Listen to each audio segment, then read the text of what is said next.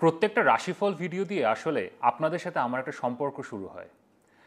আমি যখন বলি যে আপনাদের বিয়েতে সমস্যা হবে ওর টাকা পয়সা নিয়ে সমস্যায় পড়তে পারেন, so I am actually concerned about you, and আপনারা এটা ফিল করে আমাকে কমপ্লিমেন্ট করেছেন, আমাকে অনেক কমেন্টস করেছেন, মেসেজ পাঠিয়েছেন, so I am honoured and thank you. Additionally বলতে চাই সেটা রাশিফল ভিডিওগুলো আসলে একটা জার্নি। আমি জুনে কি হয়েছে, জুলাইয়ে কি হয়েছে, এরপর অগস্টে কি হবে, এরপরে সেপ্টেম্বর, অক্টোবর, এটা আমরা একসাথে চলছি। আসলে একই সাথে আমরা হাতে হাত ধরে অ্যাস্ট্রোলজির মাধ্যমে আমরা আসলে একটা বেটার লাইফের জন্য এগিয়ে যাওয়ার চেষ্টা করছি। অ্যান্ড আমি আগেও বলেছি, ছেলে ভুলানো ছড়া তো আমি বলতে পারি না। সো আমার অ্যাস্ট্রোলজি আসলে স্ট্রেট কাট অ্যাস্ট্রোলজি, যেখানে কোন দিকে যাবেন আর কোন দিক অ্যাভয়েড করবেন এটা আমি বলার চেষ্টা করি। But I have a complain, almost 90% আপনারা যারা আমার ভিডিও দেখছেন আপনারা লাইকও করেন না, সাবস্ক্রাইবও করেন না। এটা তো ঠিক হচ্ছে না। তো এখন আগামী মাসে, এই অগস্ট মাসে উপরওয়ালা আমাদের জন্য কি রেখেছেন সেটা নিয়ে শুরু করছি অগস্ট মাসের রাশিফল। এবং শুরু হওয়ার আগে সাবস্ক্রাইব করুন, লাইক করুন।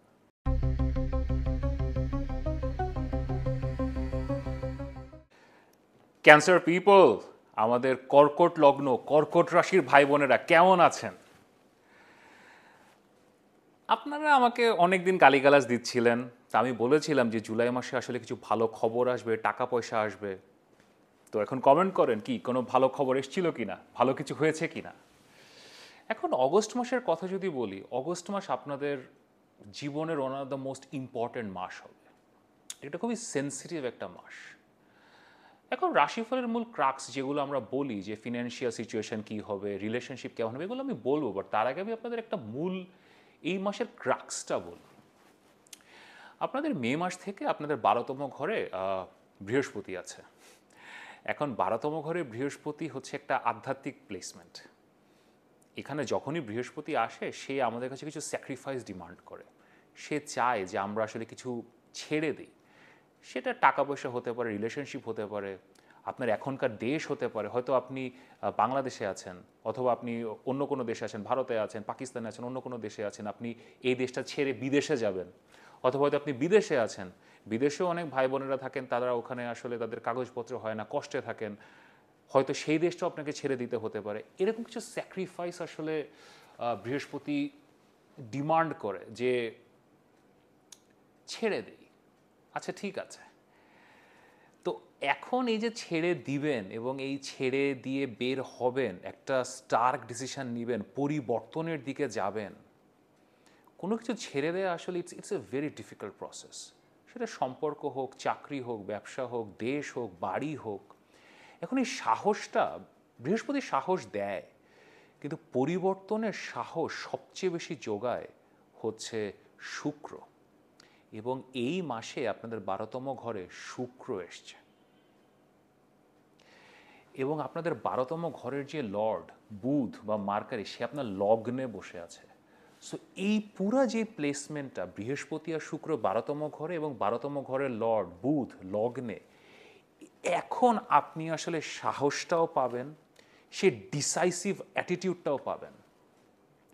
হয়তো একটা সম্পর্কে আছেন যেটা আসলে ভালো যাচ্ছে না, হয়তোবা একটা ব্যবসা যেতে অনেক লস করছেন, হয়তো একটা পড়াশোনা করছেন যেখানে আপনার আসলে খুব একটা কোনো লাভ হচ্ছে না,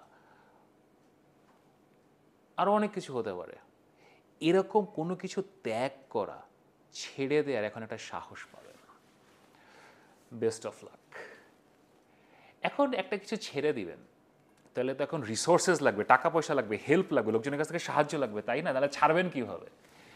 এখন টাকা পয়সার দিক থেকে এটা একটা খুবই ইন্টারেস্টিং মান্থ হবে, কারণ 12তম ঘরের লর্ড আপনার বুধ যখন লগ্নে আসে, সে আসলে অনেক খরচ ঘটায়। আপনার হাত দিয়ে অনেক টাকা খরচ হবে, হবে তো হবে, খরচ হবে। এখন তো পাবেন কোথায় টাকা? দ্বিতীয় ঘরের লর্ড, দ্বিতীয় ঘর হচ্ছে আমাদের টাকা পয়সার ঘর। দ্বিতীয় ঘরের লর্ড নিজে সূর্য, সে এসে বসে আছে। যদিও সেখানে কেতু আছে, বাট তাও সূর্য যখন এসছে, সে আপনাকে কিছু টাকা পয়সা তো দিবে।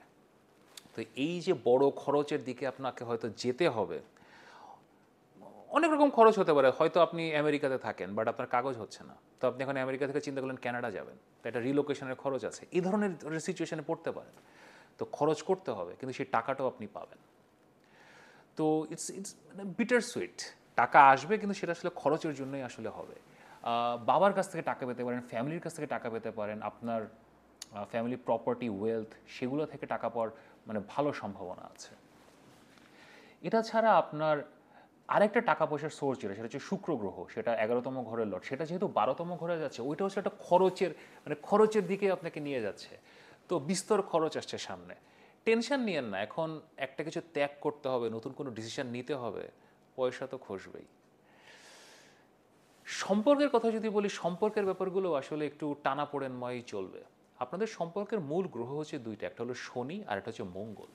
এবং এই শনি আর মঙ্গল এখন একটা আরেকটা দিকে তাকিয়ে আছে।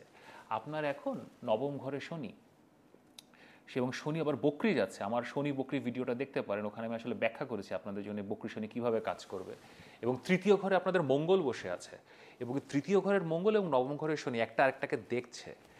তো প্রেম বলেন অথবা বিবাহ বলেন আর ম্যারিটাল সিচুয়েশন বলেন, এখানে একটা টানাপোড়েন চলবে। এখানে একটা আসলে ঝগড়াঝাঁটি টুকটাক এরকম লেগে থাকার একটা সম্ভাবনা আছে।